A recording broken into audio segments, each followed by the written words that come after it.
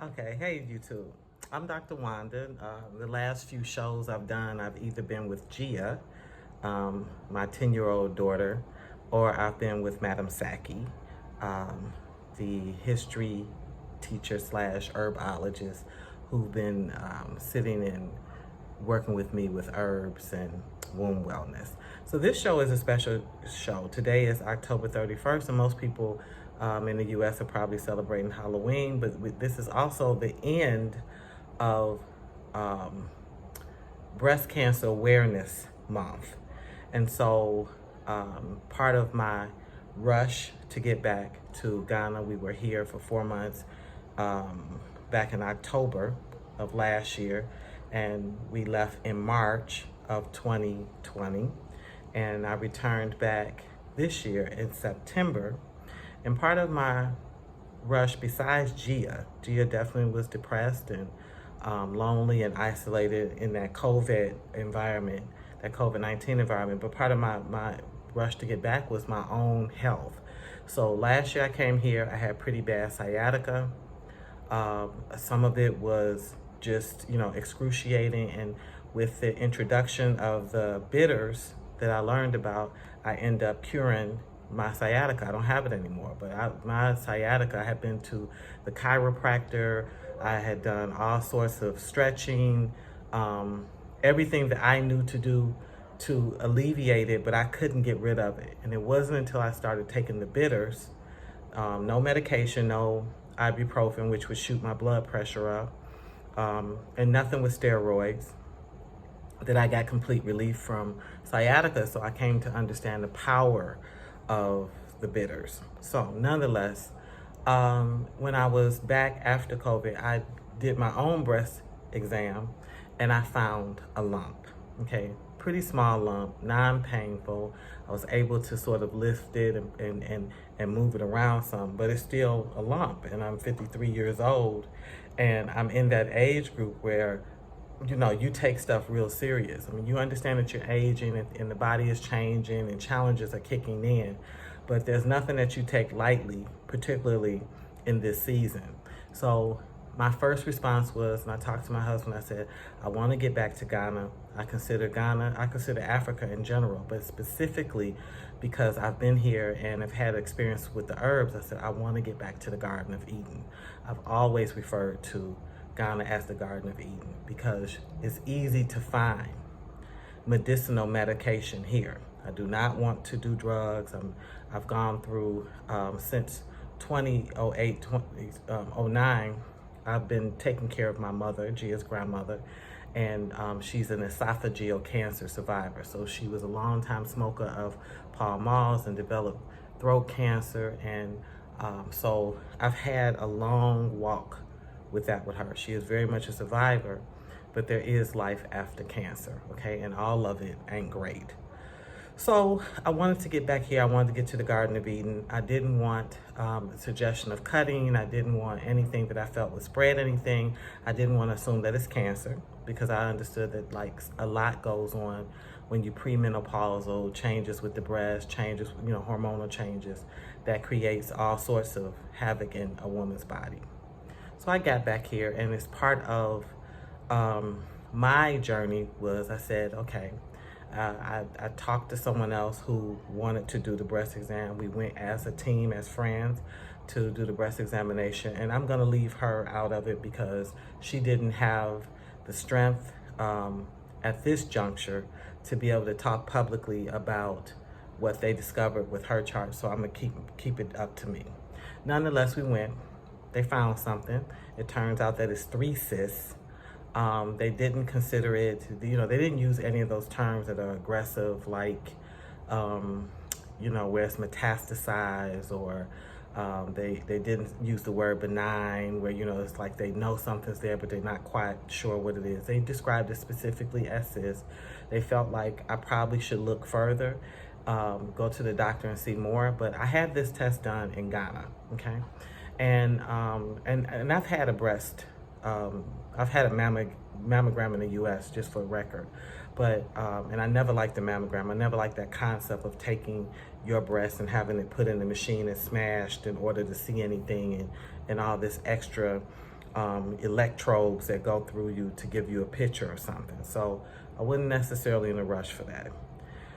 And I was surprised. I wasn't surprised that there was one, but I was surprised that there was three. And so I told my husband, I said, well, what I would like to do is monitor them. I'd like to go back in about 2 to 3 months after a very rigid cocktail of soursop as well as moringa, being very conscious of my diet, making sure that sugar is low in the diet, because apparently, if it is cancers like sugar. They grow real strong off of sugar. But also I wanted to get to Ghana because in spite of complaining about in terms of infrastructure and sanitation and water issues, my life is very de-stressed here. The stress drops when I'm on the continent in general, and I also know that that is something that builds not only cancer but high blood pressure, that leads women, particularly black women, toward heart attacks. It's just stress. So I wanted to get in an environment where pretty much I could focus more readily on my health, and that some of those issues just sort of be built into the lifestyle. So I've lost at least 15, 20 pounds, and that happens to G and I every time we come to the continent. We don't really have to do any extra work. We just begin to consume the diet here, which is organic, and it's literally from the ground to the plate. There's just low processing, where there's no hormone injected food. I'm not getting a chicken wing the size of an adult folded arm. It's just a standard chicken wing with that comes from free roaming meat and things like that. So I knew that would happen. But also, you're forced to walk. There's a fair amount of walking that I end up doing by default because we don't live in the city. I don't. Every country we visited together, I choose not to live in the city. I prefer the country, the villages and the townships. And I'm very relational. I like to go places. I like to know people. I like them to know me. I like to feel like family. I like to feel at home, and I like to make people feel that way. So all of that is also a part of wellness. I'm not around in my community in Chicago. Every other week you're hearing about someone get murdered. You're hearing about shootings. You're hearing about police brutality. All of that is a part of wellness. All of that. After 50 something years of inner city life, you get tired of it. I've been very conscious of filtering what I take into my spirit. So I'm not taking in even a lot of the political stuff at this point, and I have my own opinions about that. But part of it is that there's this whole racial tension and this whole fascist energy that is very upsetting. That's stressful, particularly if you have children or you're a professional, or you're driving through communities that previously you saw as safe, but now seem a little bit volatile or unstable. So this is part of my healing. So as much as I'm in Ghana for Gia, and Gia definitely is a Timbuktu town girl and loves Ghana, I'm also very much in Ghana, or rather the motherland, for me. This is about my own health. It's about my own wellness. It's about, taking out the time to see about my health. Now, when I went to have my breast exam, I was not particularly impressed with the process. It was very sort of old-fashioned. They did the old-fashioned ultrasound, which I don't mind that. That's just as effective. I remember, having an ultrasound with like the first 3 kids I had, and then the technology had advanced itself. What I didn't like was how cold it was. They didn't talk to the women. And, they do the exam, they put the gel on you, they hand you some toilet paper to wipe off your breasts, and they don't talk to you, they're taking notes, they're freeze framing pictures. Now, the same way I'm an ear hustler, I hear things. I've been I've been a teacher for years, so I can have my back to you and hear something.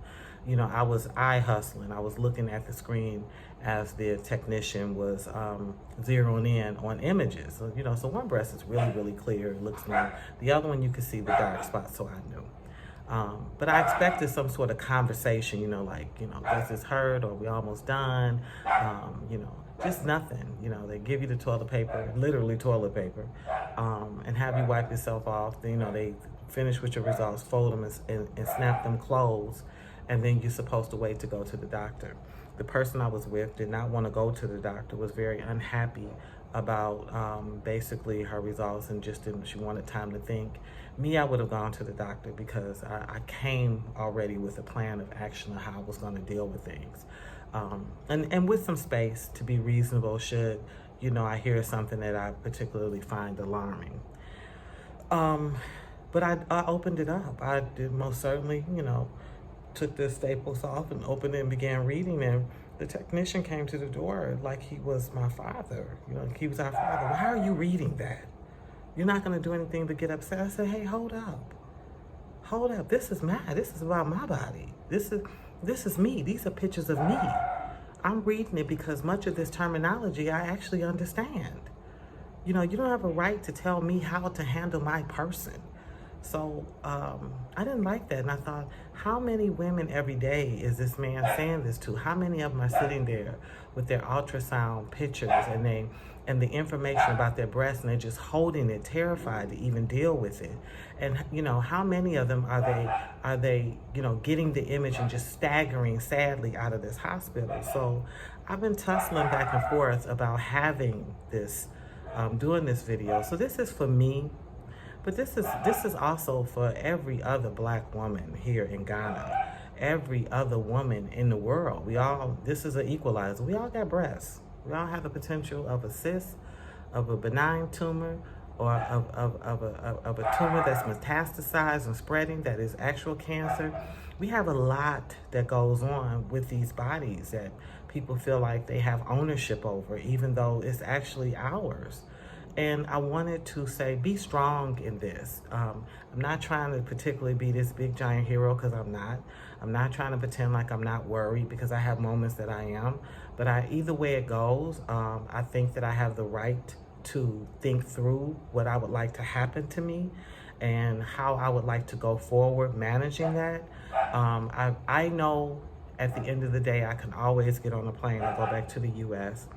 and use my medical card and go through the process of what they would offer me, which is the standard stuff, chemo, which is something that melts, surgery, which basically distorts and causes a certain level of deformity. I'm not a rich woman where I can necessarily have my breasts restructured depending on the damage that they do to that. And then you have people that's taken, what's the other one? I can't think of the term right now, but it lowers your immune system. So chemotherapy. And so, all of this is, it's just a larger conversation I think is important to have. And let me tell you, my daughter does know that I went, and she does know that I saw something. And I've told her that at this point, like, we are still doing what we're doing, which is we're moving forward in life. And part of moving forward in life is, facing these challenges and being honest about what they are and what they aren't. So I said, something is happening with me. There should be. I've been here 53 years, and so I'm not exempt. But also, something is happening with me. And so that means I have a choice to make in that. I can, be a person that is symbolic of worrying and suffering in silence, or I can call on the voices and spirit and support of men and women who have also stepped forward and been very transparent with challenges. So I'm choosing the latter. And this is an amazing October 31st. And so I'm sending a message out to every woman, particularly these women in Africa who don't have a third of the access to medical care, to doctors who don't have doctors who will talk and explain things to them and give them options and explain to them alternatives. I'm a sister. We can get through this together. And everything, just because you hear a cyst or a tumor, it doesn't necessarily equal death. It doesn't equal mutation. It doesn't mean that deformity is coming. That in fact we are amazing human beings, that we're actually able to heal ourselves if we can slow things down, begin to breathe and meditate and pray, and also go back to what's natural. So here are two of my bitters. I'm just going to share this. One is a soursop bitter. Soursop is known as a tremendous herbal agent for retarding and attacking cancer cells. It also has moringa in it, which also has an element in it that's effective that way, and then black seed. My goal is that I do believe that some things are with us, that sometimes they just lay there dormant, and we've been exposed to a lot in the U.S. in terms of our food source, our water source, the amount of pollution and chemicals and things. And so I would like to give my body time. I like to continue my exercise and my wellness regimen. I would like to continue loving on myself the same way I love on others, and teaching, and yeah. So that's my contribution to Breast Cancer Awareness Month. If there's anything there, I am aware of my own challenges, my own health, and I'm up for a fight. If this is by no means me accepting or settling anything. So I'm Dr. Wanda, and I'm signing off. And hopefully next time, if it's not Gia, it'll be Madam Saki, or whoever else I decide to sit and talk with. But peace and progress with your day.